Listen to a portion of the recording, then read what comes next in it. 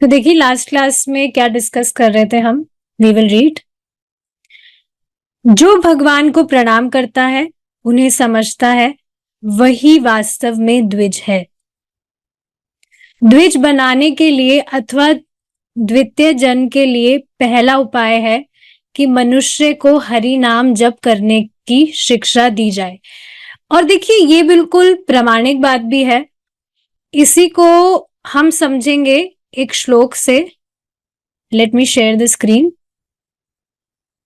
बहुत इंटरेस्टिंग श्लोक है ये।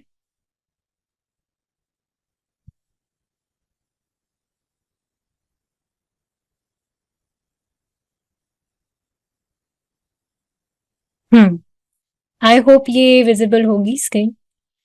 देखेंगे क्या है। Please try to decide with मी।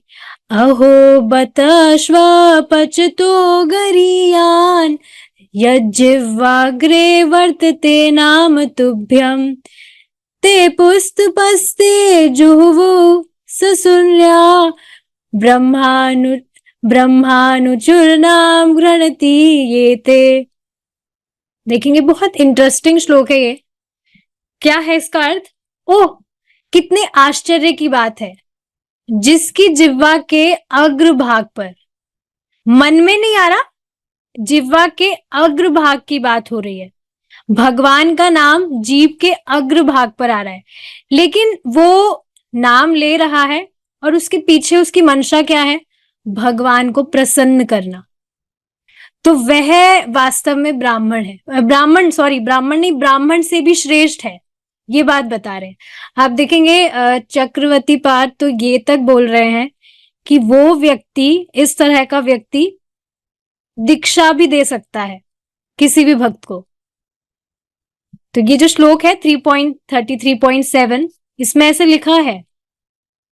तो अब क्वेश्चन आएगा, अरे ऐसे कैसे कह रहे हैं आप? तो देखिए क्या है। ते ते पुस्त पस्ते, इसका क्या अर्थ है कि नाम उच्चारण कर रहा है, तो इसका अर्थ समझना चाहिए कि उसने सारी तपस्या वगैरह पहले ही सब कुछ कर लिया। जुहवु मतलब सारे यज्ञ उसने कर लिए। सस्नुर्यार मतलब जितनी भी पवित्र नदियां हैं उसमें भी उसने स्नान कर लिया। ब्रह्मानुचरनाम मतलब सारे वेदों को उसने बार बार पढ़ लिया, सिर्फ एक बार नहीं, बार बार पढ़ लिया। ऐसा क्यों? नाम गृहणंती, बार बार में वो भगवान का नाम ले रहा है। और ऐसा नहीं है कि वो ऐसे ही ले रहा है, श्रद्धा है उसको, श्रद्धा से स्वीकार करके वो नाम का, भगवान का नाम जप कर रहा है। उसके पीछे की उसकी मंशा क्या है? भगवान को प्रसन्न करना। तो समझना चाहिए कि कितना पोटेंट है ये जो साधन है नाम जप करने का। इसी पर परम पूज्य राधा गोविंद महाराज बता रहे थे एक बार कि आप देखेंगे किसी भी व्यक्ति के मुख से भगवान का नाम निकल रहा है, किसी भी व्यक्ति की जीभ पर भगवान का नाम आ रहा है, तो वह व्यक्ति बहुत दुर्लभ है, वो व्यक्ति बहुत शुद्ध है। इसी वजह से उसकी जीभ से भगवान का नाम आ रहा है। किसी भी व्यक्ति की जीभ से भगवान का नाम आ रहा है तो वो कोई ऑर्डिनरी बात बिल्कुल भी नहीं है। क्योंकि आप देखेंगे कोई व्यक्ति जो है वो अपना देह त्याग देगा लेकिन भगवान का नाम नहीं लेगा। प्रभु जी बता रहे थे एक बार कोई बुढ़िया थी, तो बंगाल की कुछ थी वो, तो उसको कहा गया उसके एंड टाइम पर कि भगवान का नाम लीजिए, अरे अब तो हरे कृष्णा बोल दो। बंगाली में कुछ कहा था, बंगाली तो मुझे आती नहीं है, लेकिन उस बुढ़िया ने कहा कि मैं ये नहीं बोलूंगी, मैं ऐसा नहीं बोलूंगी। तो वो ऐसा बोलते बोलते मर गई, लेकिन उसने भगवान का नाम नहीं लिया। तो भगवान का नाम किसी की भी जीभ से आ रहा है, वो बिल्कुल भी कोई ऑर्डिनरी चीज नहीं है। इसी वजह से पीछे लगा जाता है कि नाम गंभीरता से उच्चारण करना चाहिए। जैसे एक माता जी हैं, उनका नाम तो मैं यहाँ पर नहीं रख रही हूं, तो उनको मैंने कहा है कि आप सुबह आकर चैंटिंग करा करिए। शी इज चैंटिंग 12 राउंड्स, पर उनका माला, उनके 12 राउंड्स रात के 11 बजे खत्म होते हैं। तो उनको मैंने काफी बार ये चीज कही उनको नहीं समझ आई। तो उन्हीं का एग्जाम्पल सेट करते हुए मैंने ग्रुप पर ये चीज बताई थी। व्हाट्सएप पे ग्रुप है, उस पर इस तरह से रिकॉर्डिंग सुनते हैं। तो मैंने उनका एग्जाम्पल सेट करके ग्रुप में बात बताई थी। तो फिर उन माता जी को पता लगा, तो वो माता जी बोलने लगी, माता जी आपने ऐसे मजाक नहीं बनाना चाहिए था मेरा, मुझे थोड़ा हेजिटेशन होता है, मैं इस वजह से नहीं आ पाती हूँ वीडियो ऑन करके। तो ये चीज समझनी चाहिए कि जो भी नाम आप जप कर रहे हैं, यही एक साधन है शुद्धिकरण का। इससे जो शुद्धिकरण होता है वो और किसी भी चीज से नहीं हो सकता। और देखिए ना, आप खुद इस चीज को प्रैक्टिकली एक्सपीरियंस कर सकते हैं। आप देखिए, जो भी शास्त्र हम पढ़ रहे हैं वो कैसे समझ में आने लग रहा है इतनी आसानी से। कैसे आ रहा है, क्यों आ रहा है? ब्राह्मण तत्व डेवलप हो रहा है। जो आप देखेंगे सामान्यतः जाति से भी जो व्यक्ति ब्राह्मण उसको कहा जाता है, जाति से जो ब्राह्मण है उसको भी ये बातें समझ में नहीं आएगी। क्यों? क्योंकि भगवान का नाम जप नहीं कर रहा है। समझ में आ गया होता तो जप कर रहा होता ना। हमारे पड़ोस में ही रहते हैं कोई ब्राह्मण है, वो जाति से। तो मैंने उनको कृष्णा बुक दी थी पढ़ने के लिए। वो बुक्स पढ़ते रहते हैं काफी। तो मैंने सोचा चलो बुक्स पढ़ने का इनको शौक है तो एक बुक दे देते हैं। तो उन्होंने कहा कि मैंने तो बुक कंप्लीट भी कर ली। 2 दिन में ही उन्होंने कहा कि मैंने बुक कंप्लीट कर ली। यहाँ पर तो अभी इंग्लिश में भी हमने स्टार्ट की है, तो 1 महीने से तो ज्यादा ही हो गया है जब से बुक पर डिस्कशन चल रहा है। उन्होंने 2 दिन में बुक कंप्लीट भी कर ली। तो आई वॉज अमेज्ड, अरे वाह। तो फिर आपको क्या समझ आया? तो वो अपनी ही कुछ भी बातें बोल रहे थे, पर कृष्णा बुक में से उन्होंने एक शब्द भी नहीं बोला जो उन्होंने पढ़ा ही नहीं होगा। पढ़ा भी होगा तो उन्हें समझ नहीं आया होगा। तो आप देख रहे हैं, ये बिल्कुल भी ऑर्डिनरी चीजें नहीं है। भगवान का नाम जप करने से ही शुद्धिकरण होता है और तभी चीजें समझ में आती है। सुबह डेली अपने आप नहाने का मन कर रहा है, डेली, रोजाना, 6 महीने एक बार नहीं, 6 महीने में एक बार नहीं। सर्दी हो तब भी आप देखेंगे सभी जो भक्त हैं वो दिखते ही हैं सुबह। तो देखेंगे आप, ऐसे करते करते सब कुछ ही तो चेंज हो रहा है। 2 टाइम नहाना भी अब सहज लगता है। ऐसे आप देखेंगे सुमित प्रभु जी, आप बताइए, धोती कुर्ता अच्छा लगता है या पैंट शर्ट और काला चश्मा अच्छा लगता है? स्वाभाविक सी बात है, डिवोटी ड्रेस अच्छा लगता है। रिया माता जी, आप बताइए, आपको क्या अच्छा लगता है? Jeans pant? नो? तो देखिए, आप समझ रहे हैं, सहज रूप से वैदिक संस्कृति की तरफ आकर्षण डेवलप हो रहा है। आप देखेंगे जो गाय है वो कितनी प्यारी लगती है। लगती है नहीं लगती, आप खुद बताइए। कई बार मैं फोटोज देखती हूँ, सोशल मीडिया पे कुछ फोटोज दिख जाती है, कितनी क्यूट लगती है। एक बार मैंने फोटो देखा था, परम पूज्य राधानाथ स्वामी महाराज जो गाय का बछड़ा है उसको लेकर बहुत पैम्पर कर रहे थे। कितना क्यूट लग रहा था वो गाय का जो बछड़ा था। इसी से मुझे एक बात याद आ रही है, आज की ही बात है। आप देखेंगे जो हम पहले पोस्ट करते हैं, मतलब फोन पे मैं पहले जो फोटोज पोस्ट करती थी तो उसमें हिस्ट्री में दिखाई देता है कि 1 साल पहले आपने ये पोस्ट किया था। तो वो ही फोटो आई थी। तो उसमें पहले मैंने, आप देखेंगे, अच्छा यहाँ पर किसी की कुत्ता पालने की तो इच्छा नहीं होगी ना? पहले किया हो तो ठीक है, पर अब आप देखेंगे ऐसा कुछ नहीं है। तो मैंने वो फोटो देखी, उसमें I was holding a puppy in my hand. मैं उसको ऐसे लेकर बस बैठी थी। आज मैंने उसको देखा जब फोटो को, तो बस यही दिमाग में आ रहा था कि अभी मैं भक्ति नहीं कर रही होती तो पक्का अगले जन्म में वो पिल्ला ही बनती मैं।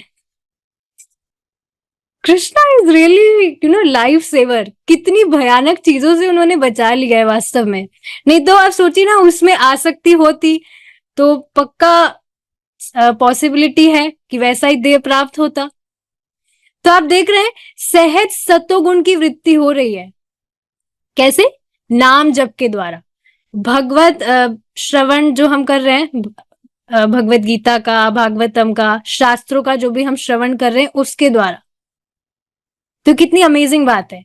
एक माता जी कल मुझे कहती हैं, आज तो माता जी आनंद आ गया, खूब जमकर जप किया आज तो मैंने। तो आप देखिए, पहले तो ऐसा कुछ भी नहीं था ना, पहले तो कभी दिमाग में नहीं आया कि ऐसे चैंटिंग करने से भी इतना अच्छा लग सकता है क्या। तो आप देखेंगे ये जो ब्राह्मण तत्व है ये डेवलप हो रहा है। यही द्विज हमारा द्विजत्व है। और यहीं पर अब आप देखिए, फिर से अगर हम भागवतम की तरफ आते हैं, भागवतम पर आ जाइए, तो आप देखेंगे जो सुगत गोस्वामी जी हैं वो जन्म से ब्राह्मण नहीं है, पर पूरे समाज के जो ब्राह्मण है, शौनक ऋषि आदि, जो कि खुद ब्राह्मण है, वो सब इकट्ठा होकर उनको ऊंचा पद देकर उनसे भागवत सुन रहे हैं। अब आप भागवत गीता की महिमा समझ लीजिए, सॉरी भागवतम भगवत गीता की महिमा समझ लीजिए अब आप। ये बहुत बड़ी बात है, आज से 5,000 साल पहले की बात है।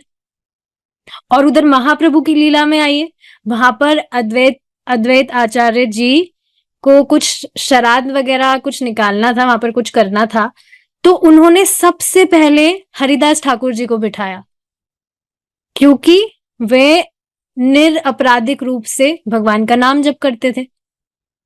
और वो खुद कह रहे थे कि आपको मैं भोजन कराकर मैं करोड़ों करोड़ों ब्राह्मणों के भोजन को भोजन करवा रहा हूं। सुसी, कितनी अमेजिंग चीज है ये। इस पर देखिए एक और चीज प्रभु जी बता रहे थे, कोई माता जी थी तो उनके घर में कोई वैष्णव आए थे। तो अब वैष्णव वो आए तो थे तो पता नहीं वैष्णव, पता नहीं थे या नहीं थे, पर वो जो थे, माता जी बता रही थी कि वैष्णव आए थे और वो मुझसे चाय मांग रहे थे।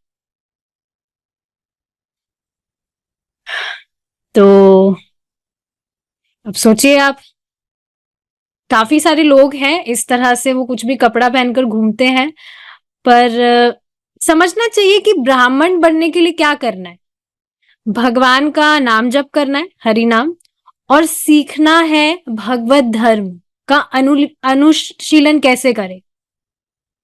ये सारी चीजें हैं जो बहुत इंपॉर्टेंट है। ठीक है, अब हम आगे बढ़ते हैं। ठीक है, यही चीज है कि पहला उपाय है कि मनुष्य को हरि नाम जप करने की शिक्षा दी जाए। हरे कृष्णा कृष्णा कृष्णा हरे हरे, हरे रामा राम रामा हरे हरे। मूविंग फॉरवर्ड, द्विज का लक्षण। अब आज ये टॉपिक हम डिस्कस करेंगे, बहुत इंटरेस्टिंग है ये। ब्राह्मण समाज में व्यक्ति को कृष्ण कथा सुननी चाहिए, इस विषय में यहां पर बात होगी कि भाई कैसे मालूम चले कि ब्राह्मण क्या है, कैसे मालूम चलेगा कि हम ब्राह्मणों के समाज में बैठे। तो इस टॉपिक से ये चीज मालूम चलेगी। Let's see. पशुओं जैसे ही मनुष्य भी जन्म लेता है। अभी देखिए सिंपल सी लाइन लग रही है, बट बहुत कितना ओपनिंग स्टेटमेंट है ये। अगर व्यक्ति में संस्कार ही नहीं है तो उसके जन्म लेने में और मनुष्य के जन्म लेने में कोई भेद नहीं है। Is it not? जैसे आप देखेंगे जगत में जो माता पिता है, मनुष्य अपने बच्चे को खिलाता पिलाता है, उसी तरह से एक जो कुत्ता है या एक गधा है वो भी उसी तरह से उत्साह से उसका पालन पोषण करता है। तो पशुओं जैसे ही मनुष्य भी जन्म लेता है, बिल्कुल अनअवेयरनेस, पता नहीं है, बस जो चल रहा है उसको देखकर वो फॉलो कर रहा होता है। माता पिता से जन्म ले लेना कोई बड़ी बात नहीं है। भले ही माता पिता सोच रहे हो कि बहुत बड़ी बात है, बच्चे का जन्म हुआ है आदि इत्यादि, पर समझना चाहिए कि ये सब कर्माधीन जन्म है। होता ही है, आप देखेंगे प्रकृति के द्वारा ही तो जन्म प्राप्त होता है। ऑल आर बिकमिंग मीडियम्स, सिर्फ माध्यम बनते हैं, बाकी सब कुछ कर्माधीन ही होता है। जन्म हो ही जाता है, उसमें मनुष्य को कोई प्रयास नहीं करना पड़ता, लेकिन दूसरा जन्म लेने के लिए बहुत प्रयास करना पड़ता है। इससे कि पहले हम इस पर डिस्कस करें, एक बार वापस से ऊपर आइए। ये जो लाइन है, माता पिता से जन्म ले लेना कोई बड़ी बात नहीं है, प्रभु जी बहुत ही सुंदर तरह से इस बात को समझाए थे। अभी कुछ दिन पहले की बात है, गीता की क्लास में था। इस तरह से कभी भी नहीं सोचा होगा, एटलीस्ट मैंने कभी नहीं सोचा था, सुना काफी बार है, पर आप देखेंगे आत्मा का कभी जन्म ही नहीं होता तो उसके कोई माता पिता कैसे होंगे? कितनी अमेजिंग चीज है ये। सुनने में देखिए बहुत इजी सा लग रहा होगा, या हमने सुनी भी होगी काफी बार, पर जस्ट मेडिटेट ऑन दिस। आत्मा का तो कभी जन्म होता ही नहीं है, तो उसके माता पिता कैसे होंगे? आत्मा तो अजन्मा है, जन्म हुआ है तो इस शरीर का, और हम तो ये शरीर है नहीं।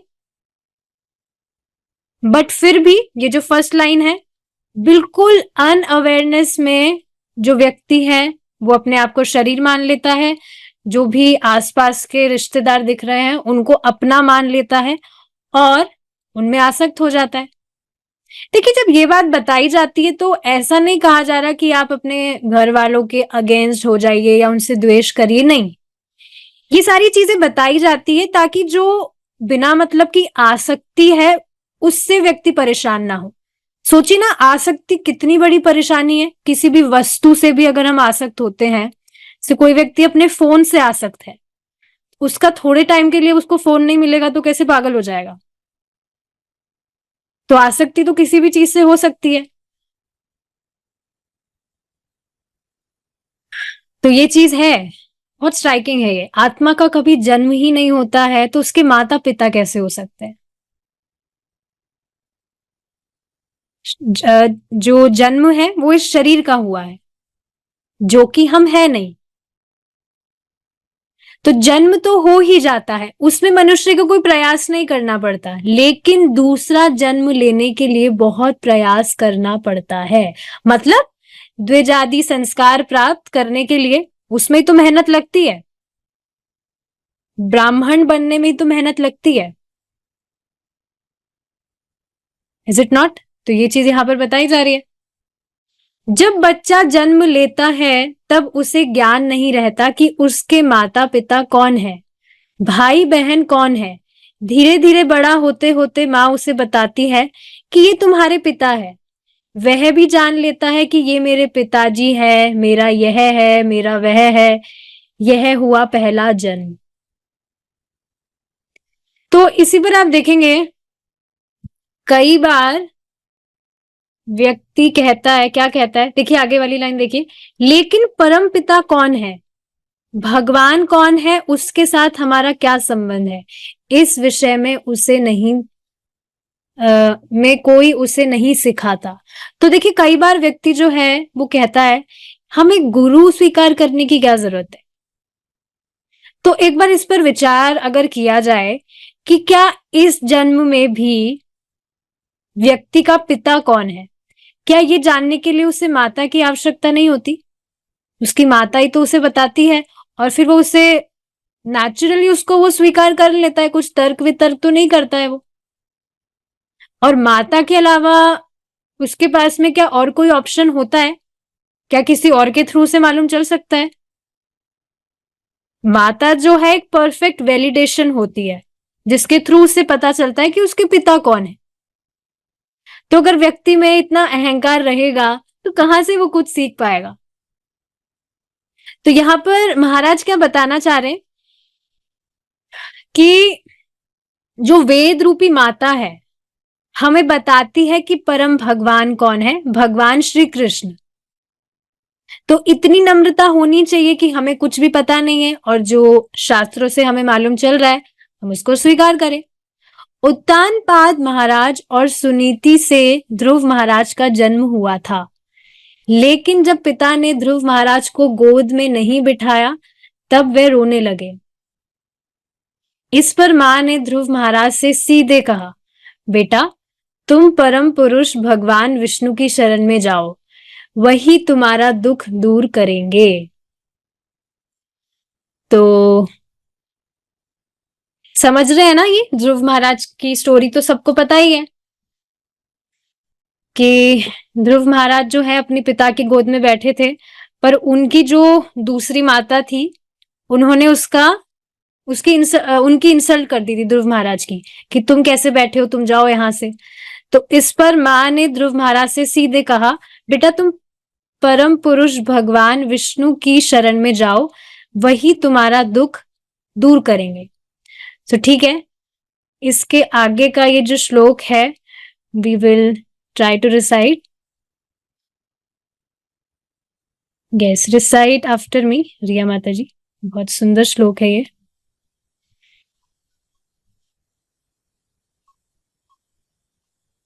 नान्यम तदह पद्मपा, इसका ट्यून कैसा था मैं भूल रही हूँ, डू यू रिमेम्बर?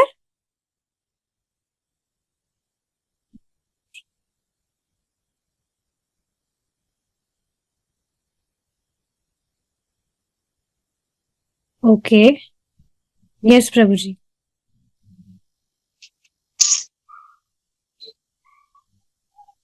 नान्यम ततः पद्मपलाशलोचना। Yes yes, okay okay, let me try.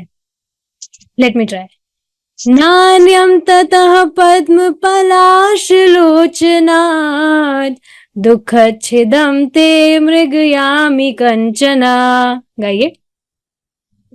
नान्यं ततः पद्मपलाशलोचना दुःखचिदं ते मृगयामि कंचना। यो मृग्यते हस्तगृहीत पद्मया श्रियेतरे रंग विमेघ्रमाणया। यो मृगयते हस्तगृहीत पद्मया श्रियेतरे रङ्गविमृग्यमानया। नान्यं ततः पद्मपलाशलोचनात् दुःखच्छिदं ते मृगयामि कंचना। नान्यं ततः पद्मपलाशलोचना दुःखचिदं ते मृगयामि कंचना। यो मृग्यते हस्तगृहीत पद्मया श्रियेतरे रंग विमेघ्रमाणया। यो मृगयते हस्तगृहीत पद्मया श्रियेतरे रङ्गविमृग्यमानया। कितना सुंदर लग रहा है गाने में, एक बार मेरे साथ में सब गाएंगे। नान्यम ततः पद्मपलाशलोचनात् दुःखच्छिदं ते मृगयामि कंचना। यो मृग्यते हस्तगृहीत पद्मया श्रियेतरे रंग विमेघ्रमाणया। ठीक है, वी विल डिस्कस नाउ। तो श्रीमद् भागवतम का श्लोक है, ये वही श्लोक है जो सुनीति है ध्रुव महाराज की माता, उन्होंने ध्रुव महाराज से कहा था। क्या कहा था देखेंगे, एक बार श्लोक से ट्राई करते हैं समझने का। दुखम दुःखच्छिदं ते मृगयामि कंचना।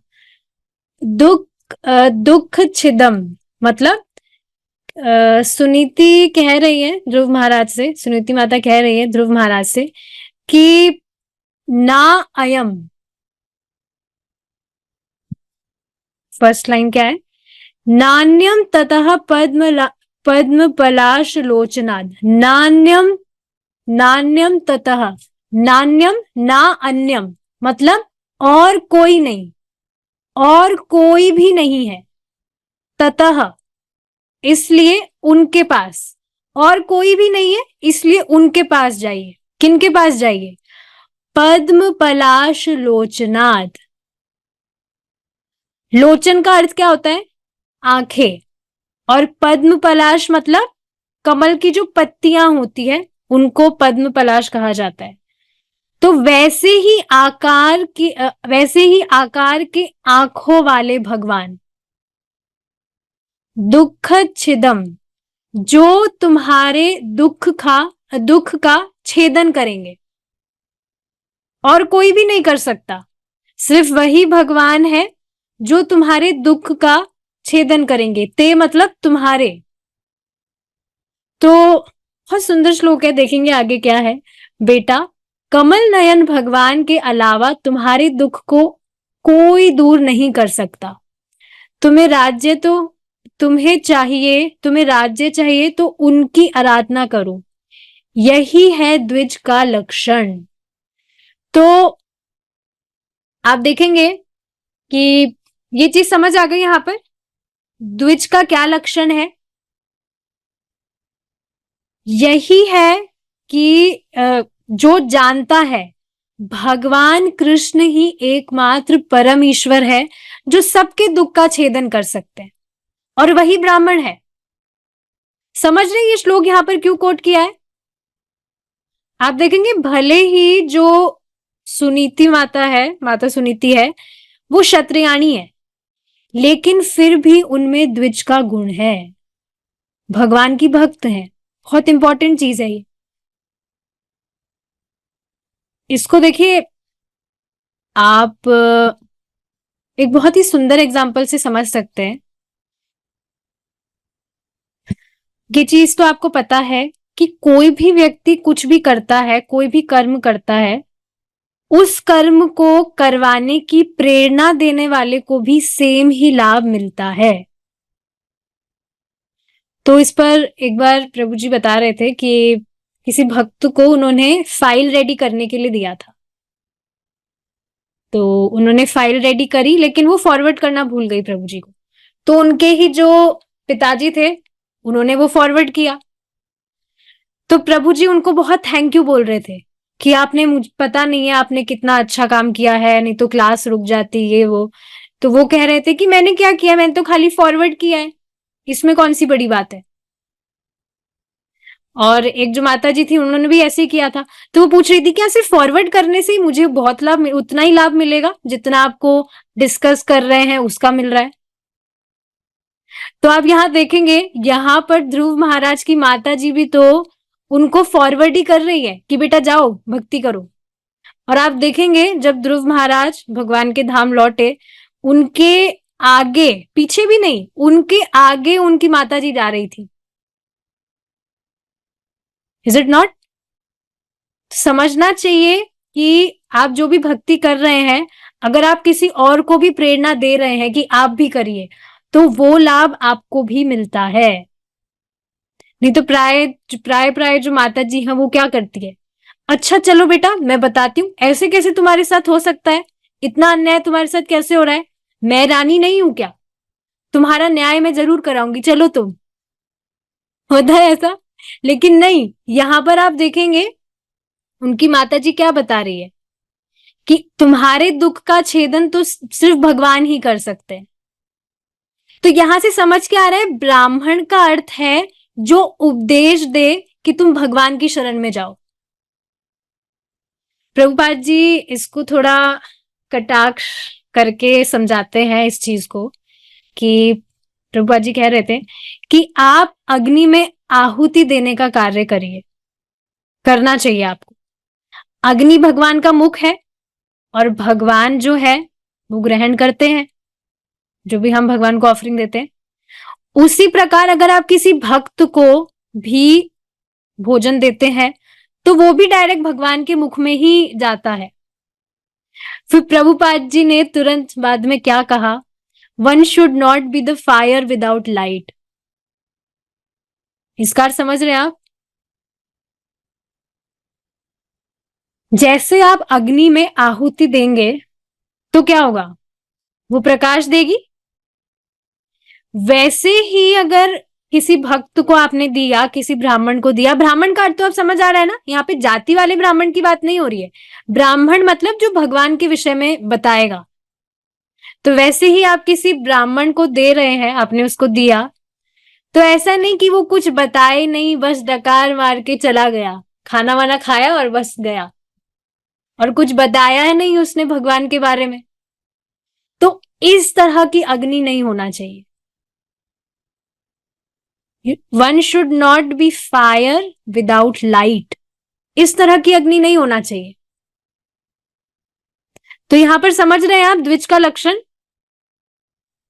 द्विज का लक्षण है वो भगवान के बारे में बताए, बिल्कुल स्पष्ट बात है यहां पर। यही है द्विज का लक्षण। जीवों के लिए आवश्यक ज्ञान यही है कि वे इस विश्व के रचयिता और विश्व के पालक भगवान श्री कृष्ण को, जगन्नाथ जी को समझे। एक एक लाइन बहुत इंपॉर्टेंट है यहां पर। अब देखिए इसका मतलब क्या समझ सकते हैं हम। जैसे आप देखते हैं आज जगत में कुछ भी व्यक्ति पढ़ाई करता है तो उसके पीछे का उसका उद्देश्य क्या है? कुछ भी पढ़ाई करता है ताकि जॉब वॉब कर ले, पेट वेट पालने के लिए, अगर सीधी सी बात बताई जाए तो। लेकिन आप देखेंगे काफी पढ़ाई करने के बाद में भी आजकल संभावना होती है कि उसके पास में बहुत डिग्रीज है, उसके बाद में भी वो बेरोजगारी घूम रहा है।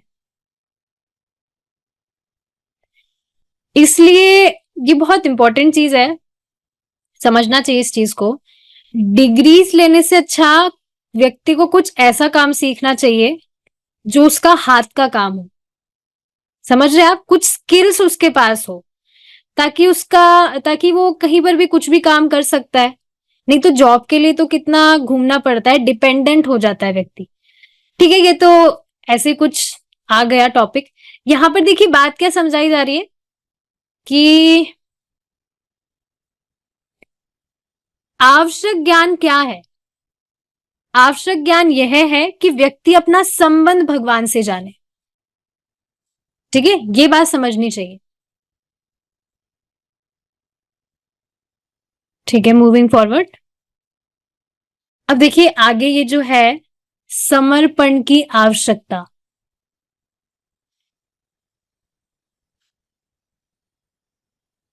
समझिए इस बात को कि व्यक्ति जो है जब समर्पण करेगा, कब समर्पण करेगा वो? जब वो समझेगा कि भगवान को समर्पण करना चाहिए, तभी वो भगवान को समर्पण कर पाएगा। और समर्पण करेगा तो क्या होगा? माया से मुक्त होकर भगवान के पास लौट जाएगा।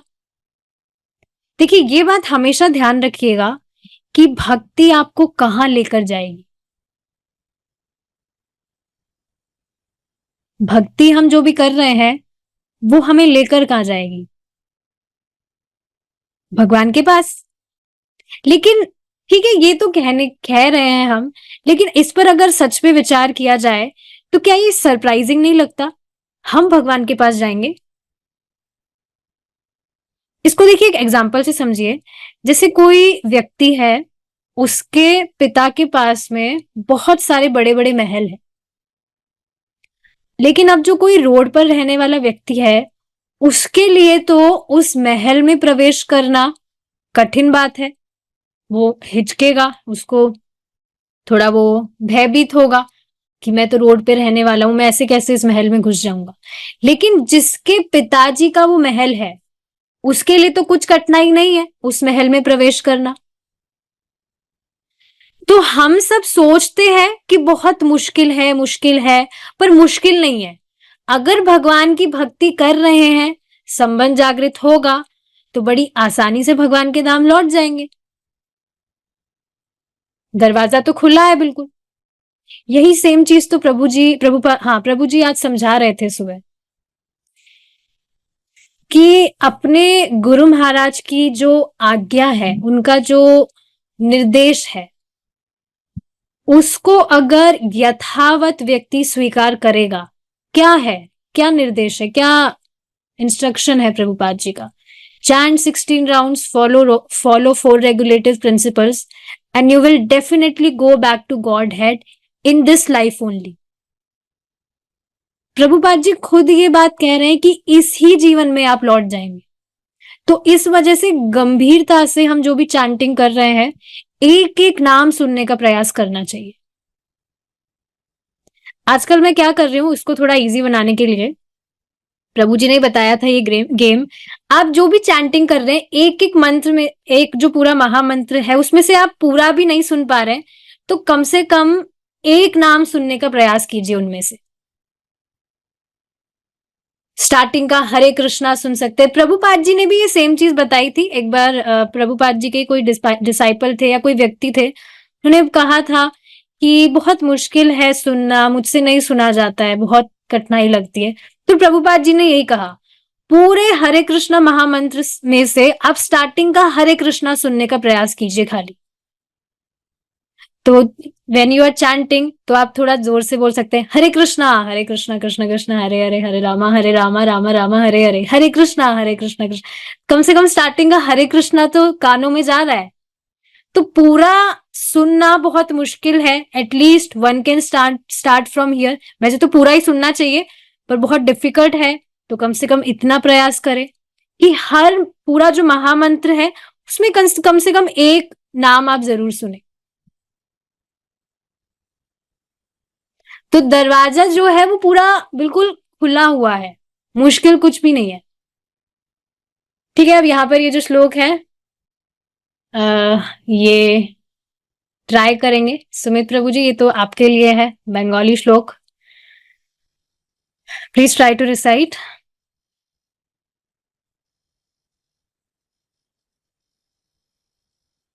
आवाज आ रही है? माया मुक्त जीवेर नहीं स कृष्ण वेद पुराण। माया मुग्ध जीवेर नाही स्वतः कृष्ण ज्ञान, जीवेर कृपा कैला कृष्ण वेद पुराण। आपका नेट स्लो है शायद। माया मुक्त जीवेर नहीं स्वतः कृष्ण ज्ञान, जीवेर कृपाय कैला कृष्ण वेद पुराण। ठीक है, अब मेरे साथ गाने का प्रयास करेंगे एक बार। माया मुग्धे जीवेर नाही स्वतः कृष्ण ज्ञान, जीवेर कृपाय कैला कृष्ण वेद पुराण। ठीक है, ये चैतन्य चरितमृत का मध्य लीला का 122 श्लोक है। देखेंगे क्या है। बहुत इजी है ये भी, श्लोक टू श्लोक वर्ड टू वर्ड समझने का प्रयास करेंगे। माया मुग्ध जीवेर मतलब माया से मुग्ध जीव। अब देखिए, जो माया है इस श्लोक में, नहीं, मतलब माया जो है वो एक पिशाचिनी की तरह है, भूतनी की तरह है। आपने पता नहीं है कोई भूतनी कभी देखी है या नहीं, मैंने तो खूब देखा है। मतलब देखा in sense, when I was in school, तो कोई क्लासमेट थी मेरी ही, उसमें पता नहीं अचानक से कुछ आ जाता था। और आप देखेंगे जब ये होता है किसी व्यक्ति के साथ में, तो उसको कुछ भी याद नहीं रहता, ये तक याद नहीं रहता कि वो खुद कौन है। तो it was very frightening for me, at least for me, क्योंकि वो जस्ट मेरे आगे वाली बेंच पे ही बैठती थी।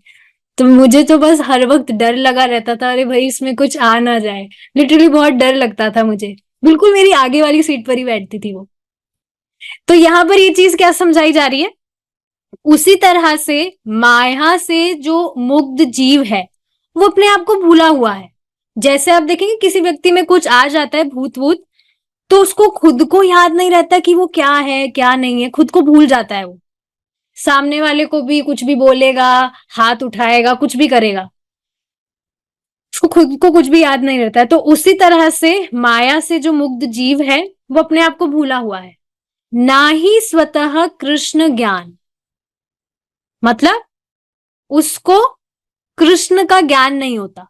अब देखिए, कृष्ण का ज्ञान नहीं होता है तो इसका मतलब ये नहीं है कि उसको कुछ भी ज्ञान नहीं होता है। आप देखेंगे आहार निद्रा भय मैथुन, इसके लिए तो कोई ट्रेनिंग की जरूरत नहीं होती है। ना जानवर को कोई ट्रेनिंग मिलती है, ना इंसान को कोई ट्रेनिंग मिलती है। कितनी आश्चर्य वाली बात है ना ये, कि जो व्यक्ति है उसको, आप सोचिए ना, जो जानवर है वो तो बिल्कुल अबोध होता है, उसको तो बिल्कुल कुछ कुछ भी मालूम नहीं होता है। किसी भी जानवर को देखिए आप, वो कुछ भी खाएगा, कुछ भी, मतलब डॉग्स की मैं बात कर रही हूँ, कुछ भी खा जाता है वो, कुछ भी देखता नहीं, कुछ भी खा जाता है, बिल्कुल उसमें बुद्धि नहीं होती है। बट स्टिल आप ये देखेंगे ये जो चार चीजें हैं, इसकी किसी को कुछ ट्रेनिंग नहीं होती है। तो कृष्ण का ज्ञान नहीं है, इसका अर्थ ये नहीं है उसको कुछ भी ज्ञान नहीं है। Is it not? तो ये चीज यहां पर बताई जा रही है।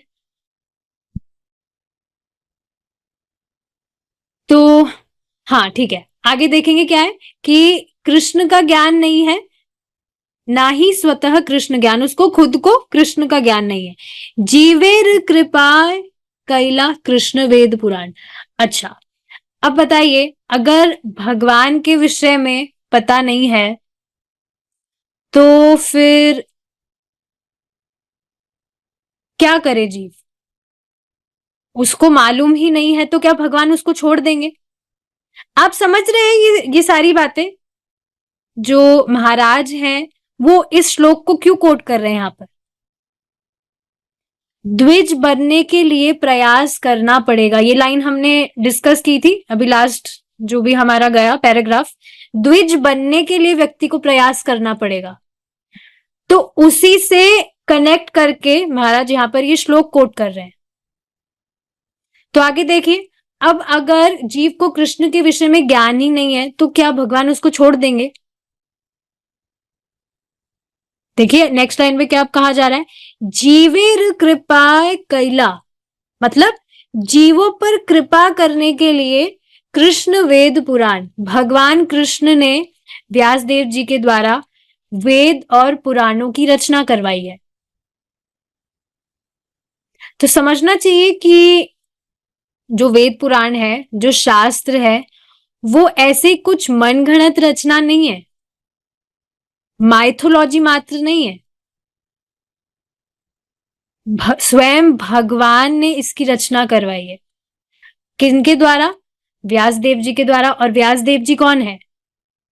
स्वयं भगवान का ही तो एक्सपेंशन है, भगवान का ही तो विस्तार रूप है।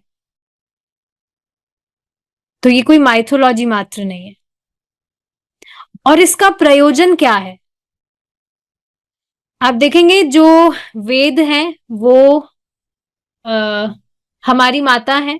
एक श्लोक है भागवतम में ही, उसमें बताया गया है कि वेद जो है वो हमारी माता है, श्रुति जो है वो हमारी बहन है, और पुराण जो है वो हमारे भाई हैं।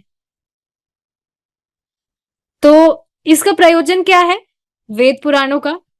जिस तरह से जो माता है वो अपने बच्चे को बताती है कि बेटा ये तुम्हारे पिता है, तुम इनका आदर करो, इनकी सेवा करो तुम।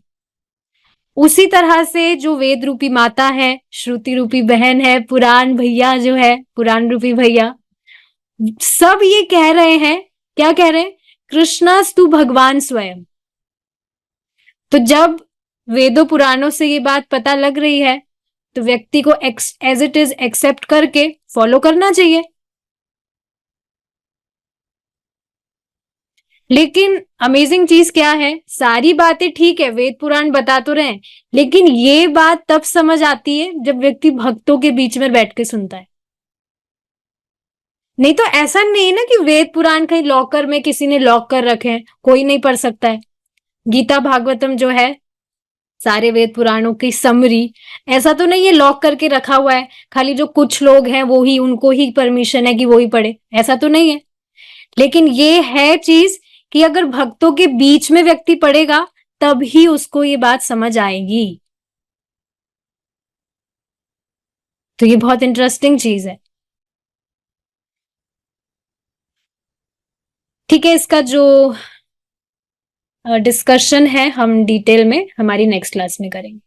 We will stop here now, कुछ क्वेश्चंस तो यहाँ पर नहीं है। ऑल राइट, श्रीला प्रभुपाद की जय, निताय गौर प्रमानंदे, हरि बोल।